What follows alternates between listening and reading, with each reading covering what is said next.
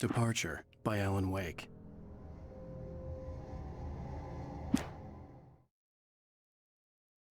The man turned to face me. His face was covered in shadows. It was hard to make him out in the darkness of the forest that surrounded us, but the axe he lifted was plain to see. It glistened with the blood of his victim. He grinned madly. The shadows were alive, distorting his features.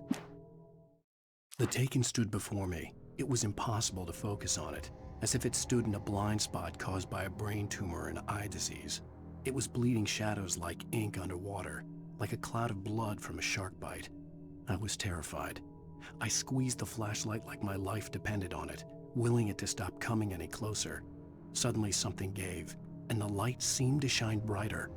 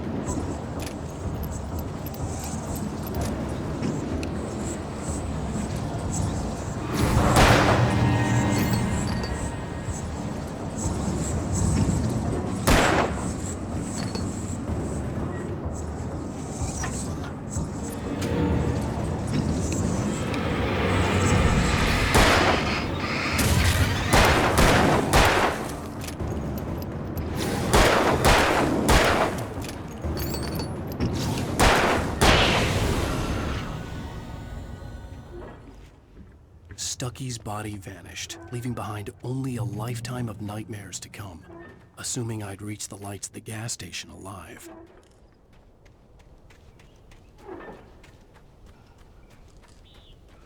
I recognized the parade float I had seen in Braight Fallz when I first arrived with Alice.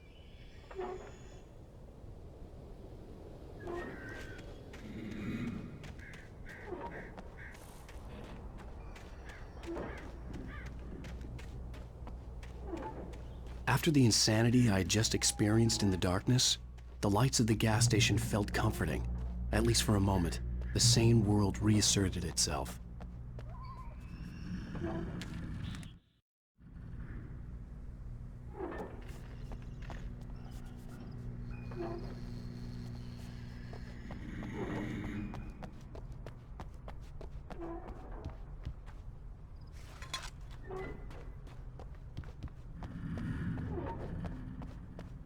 I had to get inside the gas station to find a phone to call for help.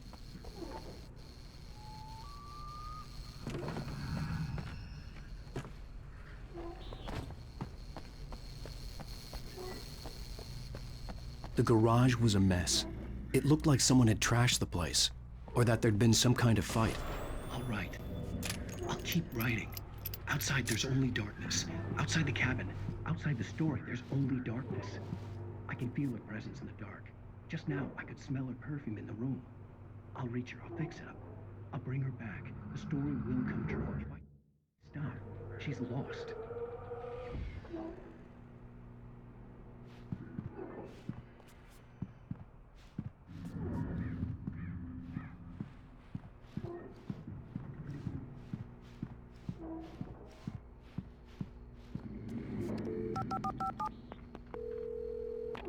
Braight Fallz Sheriff Station.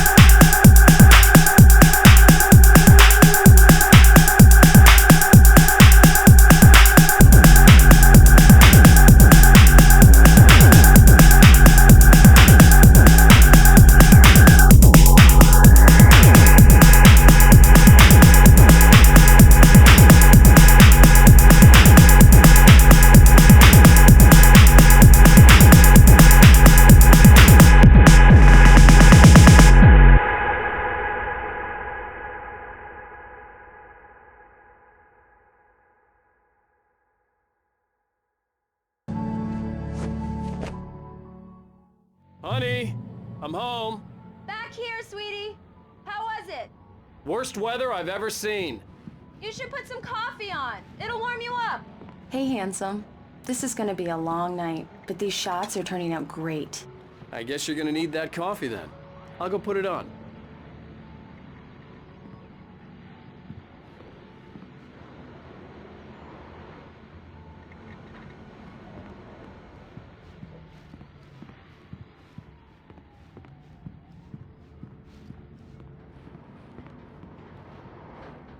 Coffee's on. Great, thanks. I'll need it if I'm gonna finish this by tomorrow.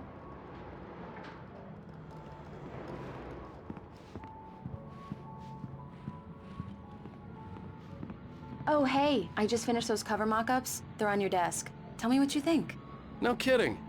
I didn't think you'd get them done this quickly. On occasion, I can perform all sorts of miracles, my dear. Oh, really? Well, you seemed to think so last night.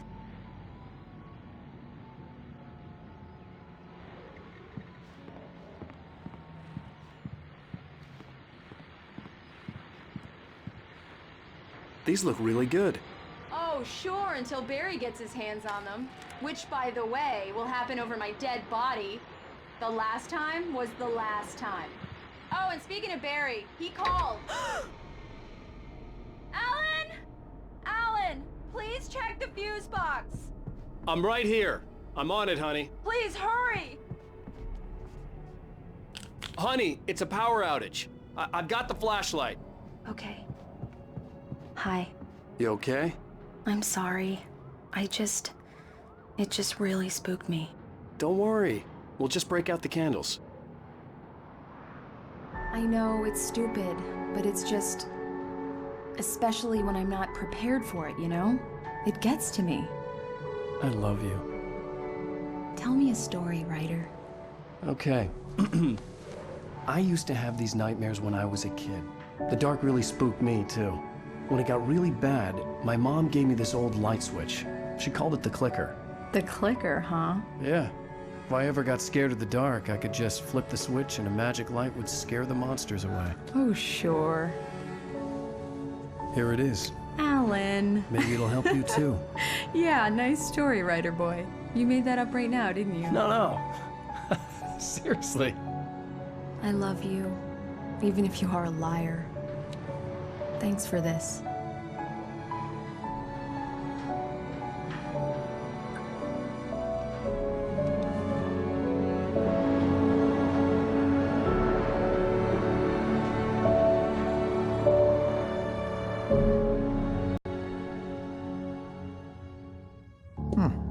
How do you feel, Mr. Wake? Any nausea, disorientation, anything like that? Mr. Wake, how are you feeling? I'm okay. My head's fine. I had to lie about my headache and memory loss. He'd send me to a hospital for tests. I couldn't leave without Alice. Very well. I don't think you have a concussion, but you've obviously been through quite a shock. You should take it easy for a couple of days. Thanks. Well then, Mr. Wake, we're done here. If the pain gets any worse or you experience any other symptoms, you should come see me. I'll let you get on with it then. Sarah, Sheriff Breaker, is waiting for you. She's very good at her job. I'm sure she can locate your wife in no time. Doc Nelson was the image of a small-town doctor. Sheriff Breaker had called him to the station to take a look at the cut in my head. I'm sorry you had to cut your morning fishing short for this, Doc. Oh, she's a beauty, ain't she? Not the biggest I ever caught, if you can believe that coming from an old fisherman like me, but she's right up there. Now, she's a largemouth bass, which is what you're after if you prefer a lure. Now, if you want either trout or salmon, on the other hand, then it's fly fishing for you. You a fishing man, Mr. Wake? Oh, doesn't really matter, I suppose. But it can be very relaxing out there. You can't get me off the water this time of year. Closest thing to heaven. Thank you for testing the lights, Miss Weaver. Everything seems to be fine. I don't have the luxury of being complacent, Deputy Grant. The bulbs will need changing soon. You can't change them in the dark. I'll be sure to take care of it, Miss Weaver. Have a nice day now. Very good. Yeah, it's Mulligan here. I'm at Stuckey's gas station with Thornton. There's no sign of him. Over. Wait. Yeah, this is Thornton. Mr. Wake, the sheriff is waiting for you in her office down the corridor. That was Cynthia Weaver. I guess you can call her the town eccentric. She used to be the editor of the local newspaper. Come but in, she's Mr. Wake. focused on, Your phone's on the other desk. things. The battery was dead. It's charged now. Have you started looking for my wife yet? My men are already on it. Now, can you tell me what happened? I'm not sure. I can't remember. We were arguing. I walked out of the cabin. The cabin on Cauldron Lake? How did you end up at Stuckey's gas station? I wanted to tell her what had happened last night, but I couldn't. She'd locked me up. Excuse me. I need to take this. Hello? Alan, please help me. Alice? Stop talking to the law. You'll do exactly what I say if you ever want to see your wife again. Who is this? Go to the back lot. There's a hole in the fence on the left. Look inside the junker. I left a little something there to convince you we're all on the same page here. After you ditch the cops, you're gonna meet me in Elderwood National Park. There's a spot called Lover's Peak. Midnight. Don't do nothing stupid, pal. We're watching you.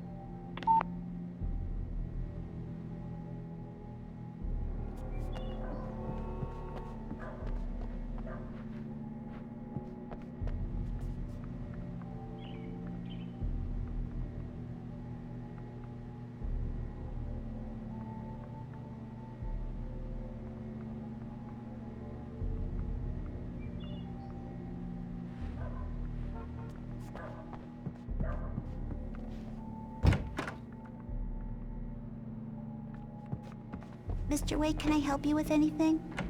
I couldn't go anywhere yet. I had to play along with the caller. Alice's life was at stake. I need to get some air. The sheriff said I could go out back. Of course, Mr. Wake. You can get there through the cell corridor. Just don't mind Walter in there. He's one of our regulars. I thought he quit drinking for good. Oh, no such luck. He went on a bender and beat Danny pretty badly. He started shouting like that the moment he woke up. Hey, mister! Hey, can you turn the light? The early morning light hurt my eyes and made my head ache. The man on the phone had said, go through the fence on the left. Well, folks, it's been another long night, and it's about time for me to sign off for a while. God knows I need my beauty sleep. Just one more item before I go. It's been a busy night for the sheriff's department. We've had a few broken windows, even a report of shots fired on Main Street. Deputies Mulligan and Thornton had to deal with two intoxicated young men who were celebrating the completion of their Deerfest float. Now, folks, we get this every year. I know it's exciting, the big day's almost here, but let's save it for the party and leave the gunplay for the shooting competition. There's no point in getting all worked up yet.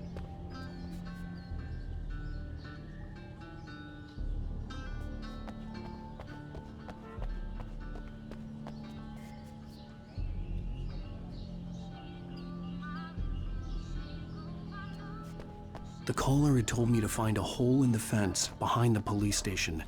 There was something for me in an abandoned car.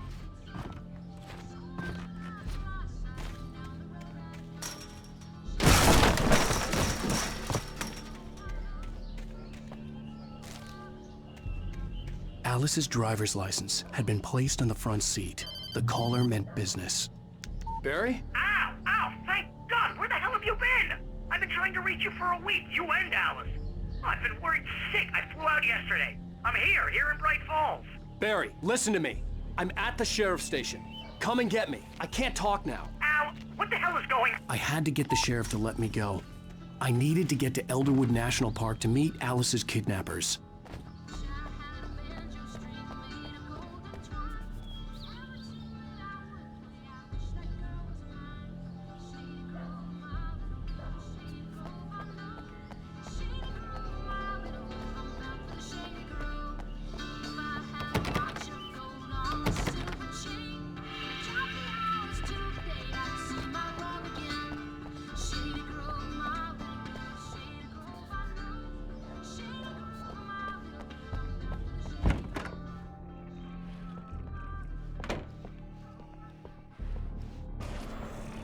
A writer is a light that reveals the world of his story from darkness, shapes it from nothingness. The way a sculptor carves a statue from a block of granite. Marvelous, Sarah. I just wanted to settle all the damage the Anderson brothers might have inadvertently caused. Are you feeling any better, Mr. Wake? I'd like to leave. Am I free to go? Well, we still need to talk about... Am I under arrest? No, of course not. But I need to know where you'll be staying so I can get in touch with you. I'd avoid the motel. The Majestic is known for its roaches. The cabins at Elderwood are pretty nice, though. That sounds perfect. I'm Dr. Emil Hartman.